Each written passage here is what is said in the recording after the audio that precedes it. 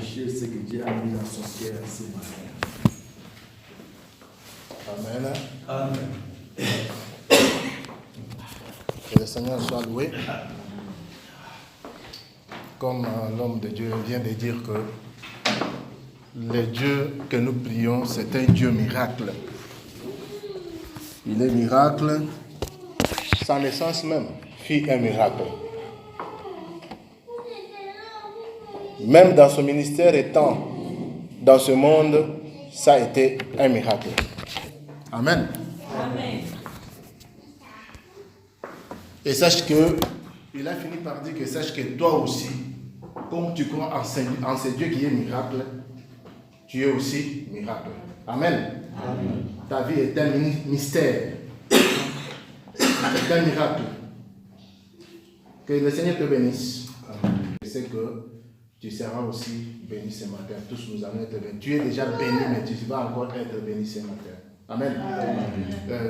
Nous écrivons nos têtes pour prier pour la parole. Seigneur, nous te disons merci pour ce temps merveilleux que tu nous accordes pour écouter ta parole. Seigneur, ta parole nous dit que la parole de l'Éternel ne peut pas sortir et retourner vers lui sans accomplir son but. Seigneur, ce matin, tout ce que tu vas nous parler, tu vas parler à mon frère et ma soeur, ça va accomplir quelque chose dans sa vie. Parce que nous sommes venus t'écouter. Comme ce peuple qui était assis sur l'herbe, affamé de la parole, affamé de t'écouter, de t'entendre, même s'ils avaient faim dans leur ventre, mais ils ont d'abord reçu manger la nourriture spirituelle, après quoi ils ont mangé la nourriture physique. Seigneur, nous avons aussi besoin de manger cette nourriture spirituelle qui est ta parole. Car ta parole nous dit que l'homme ne vivra pas du pain seulement. L'homme ne vivra pas de ce qu'il mange dans ce monde seulement, mais de la parole de Dieu. C'est ta parole qui donne vie. Elle est la vie. C'est toi la parole. C'est toi la véritable parole. Parle-nous, parle à mon frère. Saint-Esprit, oriente-nous. Oriente-nous dans ce message. Touche nos cœurs, que nous puissions recevoir pleinement, Seigneur, ton orientation, car tu as besoin que nous soyons des hommes et des femmes dignes de ton nom, dignes d'être tes serviteurs et tes servantes. Au nom puissant et glorieux de Jésus qui t'en va prier. Amen. Amen. Amen. Nous allons ouvrir nos Bibles dans Actes des Apôtres, au chapitre 4. Tu peux écrire le verset 32 jusqu'au verset 37, mais je vais me situer sur le verset 36 et 37. Dieu cherche des personnes qui font la différence. Dieu cherche des personnes qui excellent. Dieu cherche des personnes qui font la différence dans la vie des autres personnes. Dieu cherche des personnes qui font la différence dans la vie des autres à une période exceptionnelle. C'est pour ça que j'ai dit que je n'ai pas vraiment un thème fixe. Ça me donne un peu plusieurs ouvertures. J'aimerais parler un peu comme ça. Comme ça, toi-même, tu peux écrire, choisir un thème dans tout ce que je vais te donner pour te fixer là-dedans. Amen. Donc, des personnes qui font la différence dans la vie des autres personnes dans une période exceptionnelle. Et la période exceptionnelle, nous vivons dans une période exceptionnelle. Amen, n'est-ce pas? Nous vivons une période où tout est exceptionnel. Les choses qui se passent autour de nous, c'est exceptionnel. On n'a jamais vécu ça depuis que tu es né. Une période comme celle que nous traversons actuellement, elle est exceptionnelle. Depuis que tu es né dans ta vie, tu traverses une situation en ce moment qui est exceptionnelle. D'une manière ou tantôt d'une autre. Ça peut être dans les finances, ça peut être, c'est Actes chapitre 4, le verset 32 jusqu'au verset 37. Mais moi, je vais lire seulement 36 et 37. Tu traverses peut-être une période exceptionnelle d'une maladie quelconque ou dans ta famille. Ou bien tu as un projet quelconque, mais il y a une exception qui s'est faite. Tu n'arrives pas à te situer. Nous traversons une période exceptionnelle. Alors, Dieu cherche une personne exceptionnelle Une personne qui fait la différence dans une période exceptionnelle. Et cette différence, que cette personne qui doit faire la différence, doit l'accomplir dans la vie des autres. Amen, amen. Parce que quand Dieu bénit, quand Dieu choisit quelqu'un, c'est pour un but. Quand Dieu met à part quelqu'un, un homme ou une femme, il y a un but quelconque. Ce n'est pas seulement pour cette personne-là, c'est d'abord pour les autres. Dans chaque situation que Dieu a fait, quand Dieu a appelé un homme de Dieu, il l'a appelé d'être, voilà, je t'ai choisi. Il l'a choisi, ce n'est pas pour la vie de cet homme-là, non. Quand Dieu choisit quelqu'un, ce n'est pas d'abord Dieu te choisit, Dieu te pointe du doigt, ce n'est pas pour ta vie, premièrement. Amen, amen. C'est d'abord pour les autres. Parce que Dieu a besoin d'accomplir quelque chose dans la vie des autres pour que ça s'accomplisse au travers de toi. Amen. Amen. Je vais lire la parole de Dieu à partir du verset 36. La Bible dit ceci dans l'Acte des Apôtres, chapitre 4, le verset 36. Je lis au nom de Jésus-Christ. Joseph. Ici on parle de Joseph. Mais quand tu liras à partir du verset 32, tu comprendras la suite. Joseph, surnommé par les apôtres Barnabas, il s'appelait Joseph. Mais il avait un surnom qu'on lui avait donné par les apôtres. Parce qu'il était une personne exceptionnelle. Surnommé par les apôtres Barnabas, ce qui signifie fils d'exhortation. Voilà pourquoi on l'a surnommé Barnabas. Parce que c'était un homme, une personne exceptionnelle. Lévite, il était lévite, originaire de Chypre. 37. Vendit un champ qu'il possédait, apporta l'argent et le déposa aux pieds des apôtres. Mais ici, moi, je ne vais pas parler de la vente ou bien de ce que Joseph avait donné. Je vais parler d'une exception, de cette personne qui était exceptionnelle. Comme j'ai dit que Dieu cherche une personne en cette période exceptionnelle. Dieu cherche une personne qui fait la différence dans la vie des autres en cette période exceptionnelle. Est-ce que seras-tu cette personne-là? Est-ce que tu veux être cette personne-là que Dieu cherche? Amen, amen. Amen.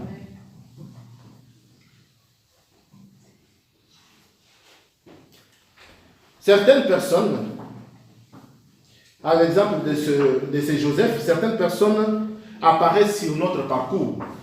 Dans ton parcours, certaines personnes apparaissent dans notre destinée. Et ces personnes-là peuvent croire en vous. Ils peuvent croire en vous, ils peuvent impacter votre vie au-delà de toute imagination. Au-delà de ce que tu ne peux pas penser, mais dès que cette personne-là apparaît dans ton parcours de la vie, ça impacte ta vie. Amen. Amen. Ça impacte ta vie.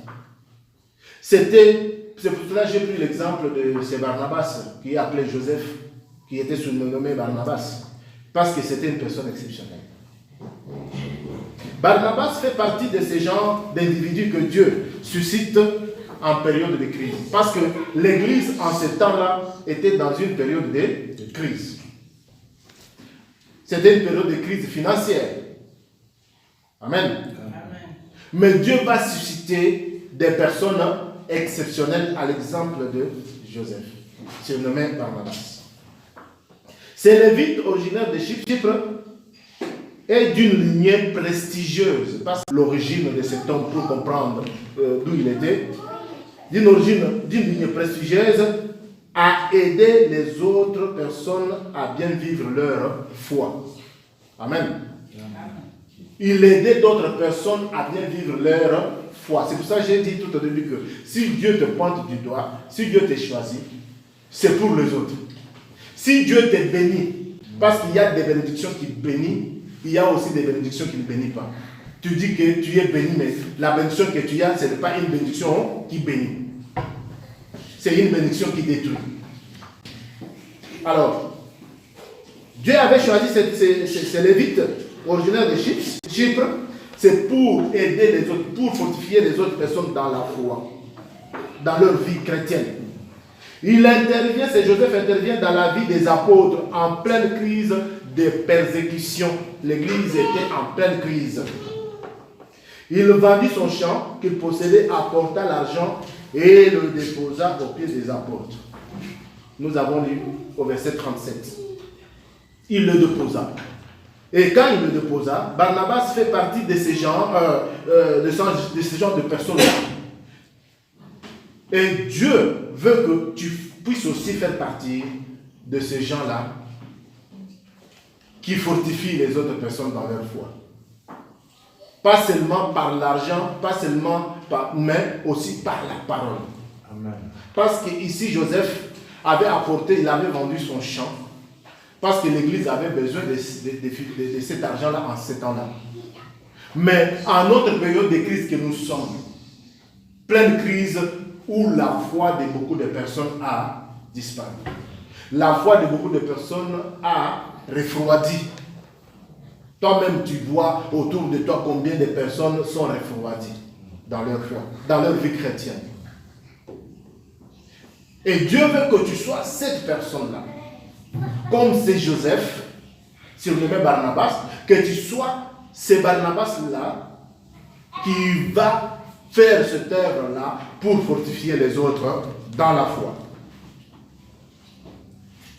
Son geste de libéralité fut si fort, le don qu'il avait fait. Il fut si fort, si touchant et si encourageant, parce que le geste qu'il avait fait, de vendre son champ et de venir apporter le prix de son champ aux pieds des apôtres, ça était un geste si fort, un geste encourageant. Ça encourageait les autres. Amen, amen. C'est pour cela que nous devons savoir, mes bien-aimés, tout geste que nous posons, tout acte que nous posons, nous devons nous poser la question, est-ce que ce que je fais là, ça va encourager les autres ou bien ça va les décourager? Amen. Parce que si je fais quelque chose qui va dans le découragement, ça risque d'infecter les autres qui sont autour de nous. Amen. Amen, amen. Et cela va fermer la porte à ces gens-là pour venir au Seigneur. Et cela va empêcher les autres à être fortifiés dans leur foi. C'est pour ça que nous devons faire beaucoup attention dans chaque geste que nous posons. Et le geste de ce Barnabas, appelé Joseph, était si fort, si touchant et si encourageant que les apôtres qui lui donnèrent le nom de Barnabas, qui veut dire celui qui a l'habitude d'encourager, celui qui a l'habitude d'exhorter, celui qui a l'habitude d'aider. Veux-tu être cette personne-là ce matin? Amen, amen. Dieu a besoin seulement d'une personne. Moi, j'aimerais être cette personne-là. J'aimerais que toi aussi tu sois cette personne-là. Amen. Amen. C'est lui qui a l'habitude d'encourager les autres dans les moments de faiblesse. C'est lui qui a l'habitude d'encourager les autres quand leur foi a refroidi. Comme la Bible dit que dans les derniers jours, la foi de beaucoup de personnes sera refroidie. Et dans le Nouveau Testament, je crois dans Matthieu ou dans Luc, la Bible dit que le Seigneur dit, est-ce que trouverai-je la foi dans le cœur de quoi? Trouverai-je la foi encore dans le monde quand je viendrai? Nous sommes au moment où, dans une période où la situation qui s'est passée a encore refroidi la foi de beaucoup de personnes. Les gens n'ont plus envie de quitter leur maison encore. Avant même, ils ne venaient pas. Avant, il y avait des prétextes pour venir à l'église. Et maintenant, c'est encore pire. Les gens ont maintenant pris le prétexte.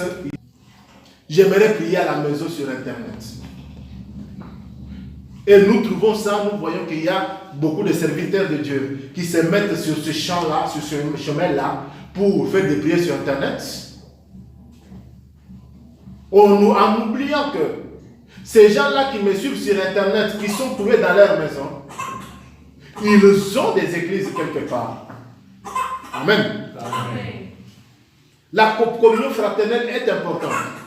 Quand on prie à la maison, moi, je sais, quand je prie même sur Internet 2 fois, à la maison, 2 fois tu vois l'enfant qui crie, la porte qui sonne, ou bien le téléphone qui sonne. Je vois même la maman, il y a le téléphone qui sonne, doit répondre. Et donc déjà, les 5 minutes passées au téléphone, après on revient, la prière. Et ce qui s'est passé entre-temps, qu'est-ce qui s'est passé? On n'est pas connecté. Voilà, c'est ça la prière à la maison. Et c'est une arme que le diable utilise aujourd'hui pour enfoncer les gens. Et on verra sur Internet beaucoup de serviteurs qui s'affluent sur Internet et beaucoup des âmes sont enfermées là-dedans. Et en train d'être, leur foi est en train d'être détruite. Dieu cherche des personnes qui peuvent encourager les gens, les autres personnes, dans des moments particuliers comme celui-ci. Un moment exceptionnel que nous vivons. Barnabas, qui veut dire, c'est lui qui a l'habitude d'encourager. C'est lui qui a l'habitude d'exhorter. C'est lui qui a l'habitude d'aider les autres dans leur foi, dans leur vie chrétienne. Quelle est ta nature? C'était la nature de cet homme. Et quelle est ta nature, mon frère? Quelle est ta nature, ma soeur? En cette période exceptionnelle. Veux-tu être Barnabas? Amen.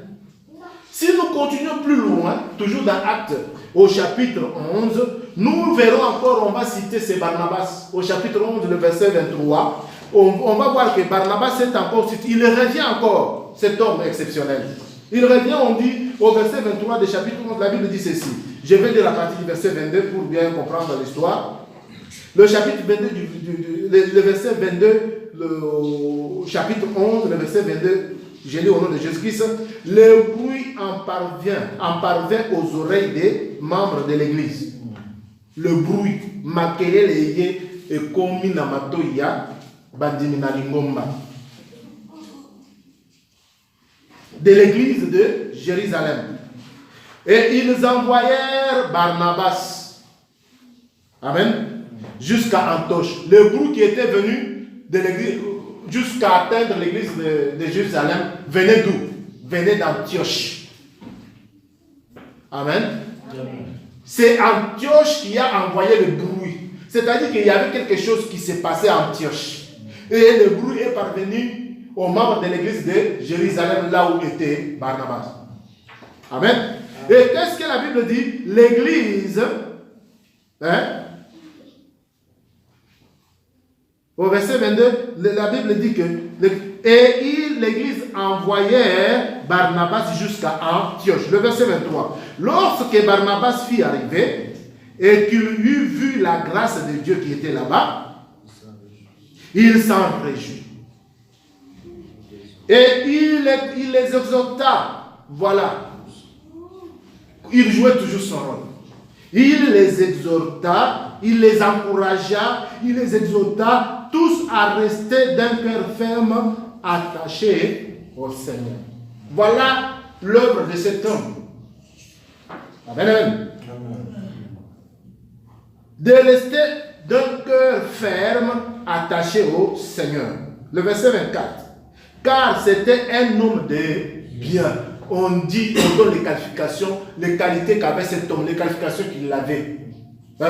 C'était un homme de bien, plein d'Esprit Saint. Amen. Amen. Et c'est rare de trouver des hommes comme ça et des femmes comme ça aujourd'hui. Plein d'Esprit Saint, un homme de bien et de foi. Ils ont cité combien? 3 choses importantes. Un homme de bien, qui a l'Esprit de Dieu, parce qu'avoir l'Esprit de Dieu et être plein de l'Esprit de Dieu, c'est des choses différentes. Amen. Il était plein, donc c'est-à-dire que Molimo a tondi, donc a débordé quoi. Et donc Molimo a zipillé, ou comme on attend du sol, tu ne peux pas voir même un endroit dans sa vie où le Saint-Esprit ne se manifeste pas. Dans toutes choses, le Saint-Esprit était là. Tout ce qu'il faisait. Et un homme de foi. 3 grandes qualifications qu'avait cet homme. Et Dieu cherche une femme aujourd'hui comme ça, un homme aujourd'hui comme ça. Une femme exceptionnelle. Un homme exceptionnel. Et une foule assez nombreuse se joignit au Seigneur parce que le Saint-Esprit était dans l'action. Amen, amen. Amen. C'est ce que nous avons besoin aujourd'hui. Des hommes et des femmes exceptionnels. Car pour que les âmes viennent au Seigneur, il faut qu'on ait des hommes et des femmes exceptionnels. Des hommes et des femmes de bien. Un bon témoignage. Des hommes et des femmes pleins de l'Esprit Saint. Des hommes et des femmes de foi. Parce que pour communiquer la foi aux autres, toi-même tu dois d'abord avoir la foi. Pour communiquer le Saint-Esprit aux autres, toi-même tu dois être plein du Saint-Esprit. Pour que les gens puissent être attirés vers nous, nous devons d'abord être des hommes et des femmes de bien, pleins du Saint-Esprit et des hommes et des femmes de foi. C'est ces qualités-là qui vont attirer des foules vers nous. Parce que le Saint-Esprit va commencer à toucher, va commencer à agir. Et Dieu cherche des hommes et des femmes ayant ces qualités aujourd'hui. Les Barnabas sont des hommes et des femmes exceptionnels. Leurs motivations sont toujours tournées vers les prochains. Ta motivation en tant qu'enfant de Dieu, fils de Dieu, fille de Dieu, doit être tournée vers ton prochain, vers les autres. C'est pour ça que j'ai dit que quand Dieu te pointe du doigt, ce n'est pas pour ta vie. Quand Dieu te délivre dans une situation aujourd'hui, ce n'est pas pour toi que Dieu l'a fait, non. Des fois, Dieu fait quelque chose dans notre vie, nous devenons égoïstes. Dieu m'a guéri. Dieu m'a guéri. Mais il a un but. Il t'a guéri parce qu'il a une mission quelque part qu'il devait accomplir. Amen. Amen. S'il n'y avait pas une mission quelque part qu'il devait accomplir, il allait te laisser comme ça avec ta maladie. S'il t'a guéri, s'il me guérit aujourd'hui, ce n'est pas pour moi qu'il m'a guéri, mais il veut faire quelque chose quelque part. Si Dieu m'a béni aujourd'hui, si Dieu te bénit aujourd'hui, ce n'est pas une bénédiction qui m'appartient, ce n'est pas une bénédiction qui t'appartient. Il t'a béni, c'est pour tourner vers les autres. Mais dommage aujourd'hui, nous voyons même beaucoup des hommes de Dieu qui sont bénis. Amen, amen. Qui sont tellement bénis, mais c'est une bénédiction qui reste seulement à eux. J'ai vu, même dans les églises, d'autres églises en Afrique, il y a des membres même qui viennent pour trouver même un transport, venir à l'église. C'est difficile. Ils viennent à pied. Mais le pasteur a, je ne sais pas, 3, 4 voitures à la maison. Une belle maison. Il en achète encore une autre. Mais pendant qu'il y a des gens qui sont dans l'église, des pauvres, qui n'ont même pas de quoi manger. Ils ne savent même pas quoi manger aujourd'hui. Mais nous trouvons ces gens-là, nous disons, Dieu m'a béni, Dieu m'a visité, Dieu m'a béni. Quand Dieu bénit, ce n'est pas pour moi, c'est pour les autres. Quand Dieu a béni Abraham, ce n'était pas pour Abraham. Amen. Dieu, quand il a béni Abraham, c'était pour que toi et moi aujourd'hui, nous soyons bénis. Parce que si c'était la bénédiction d'Abraham, toi et moi, nous n'allons pas être bénis aujourd'hui. Amen, amen. Amen. Nous n'allions pas bénéficier de cette bénédiction-là aujourd'hui. Quand nous prions que la bénédiction d'Abraham, d'Isaac et de Jacob m'accompagne. Pourquoi? Parce qu'ils étaient bénis pour nous, pas pour eux. Amen, amen. Amen.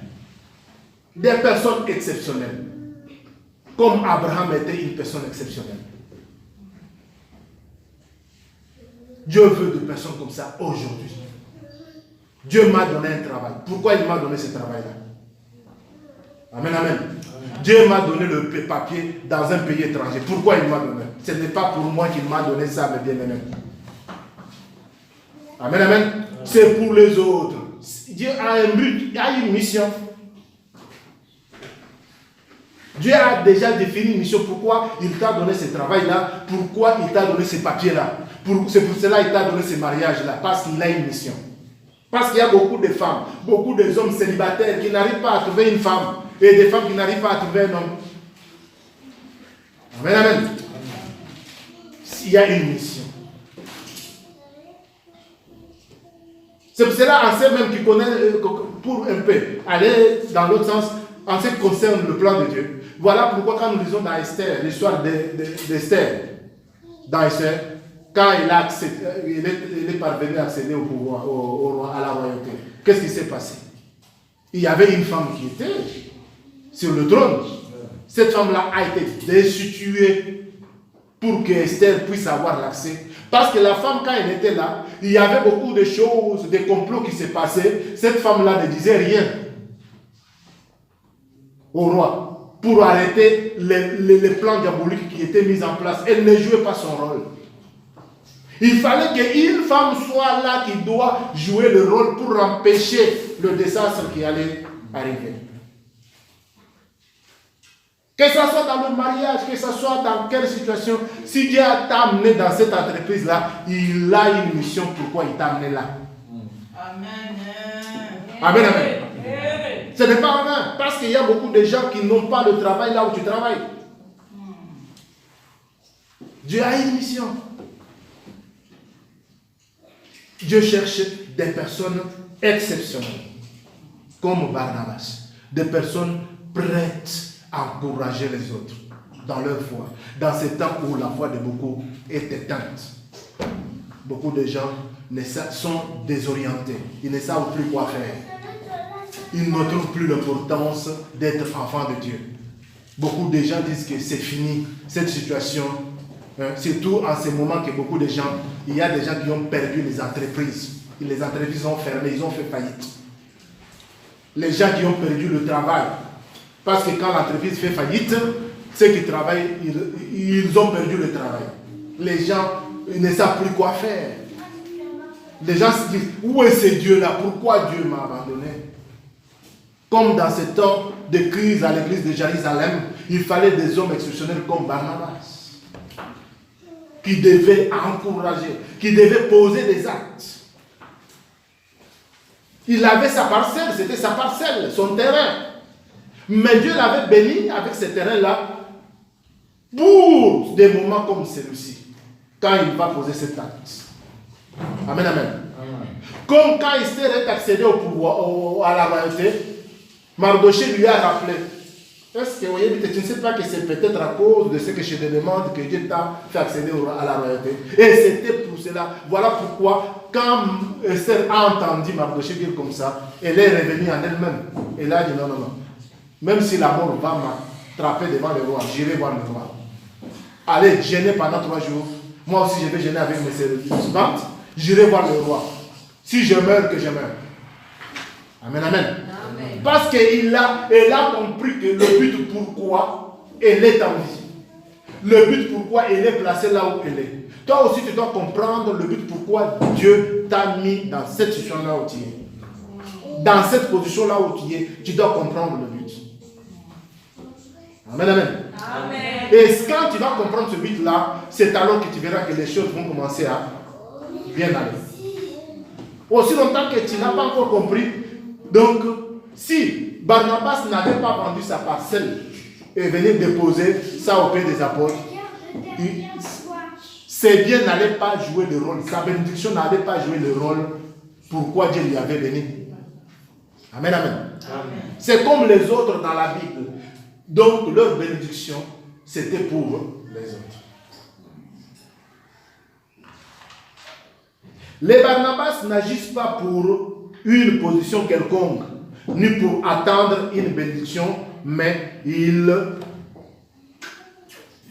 Donc, pour attendre une bénédiction quelconque venant de quelque part. Non. Un Barnabas, une Barnabas n'agit pas pour une position quelconque. Je vais faire ça pour que j'atteigne, qu'on me donne une position quelconque. Non. Amen, amen. Amen. N'agis pas comme ça. Mais ils sont les communicateurs. Ils agissent pour communiquer la grâce et la joie en période exceptionnelle. Ils agissent ainsi pour communiquer la joie, la foi dans une période exceptionnelle. Amen, amen. Amen. Ils s'oublient eux-mêmes, c'est ça le Barnabas. Ils s'oublient eux-mêmes et posent des actions concrètes. Ils sont une solution pour les autres. Es-tu une solution pour ton prochain? Amen. Amen. Es-tu une solution pour ton prochain?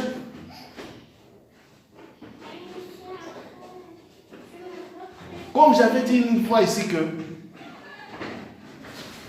aussi longtemps que tu es dans cette position-là que tu es, il y a une personne quelque part qui attend, qui doit être bénie, qui doit être délivrée, que quand toi tu vas t'élever, quand toi tu vas faire un pas, cette personne-là va être délivrée. Que ce soit dans ta famille, que ce soit autour de toi. Amen, amen. Aussi longtemps que toi tu demeures toujours dans cette position-là, tu ne comprends pas, tu verras que cette personne-là, sa bénédiction attend. Et si tu ne le fais pas, c'est comme j'avais dit que si Abraham ne s'était pas levé pour aller là où Dieu lui avait envoyé, toi et moi, nous n'aurions pas la bénédiction que nous parlons aujourd'hui.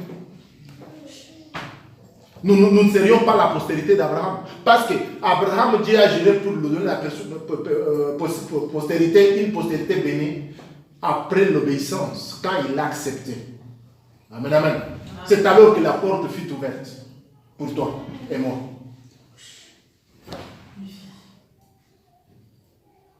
Il communique la grâce et la joie, la foi dans une période exceptionnelle, comme cette période, comme j'ai dit, que cette période que nous vivons.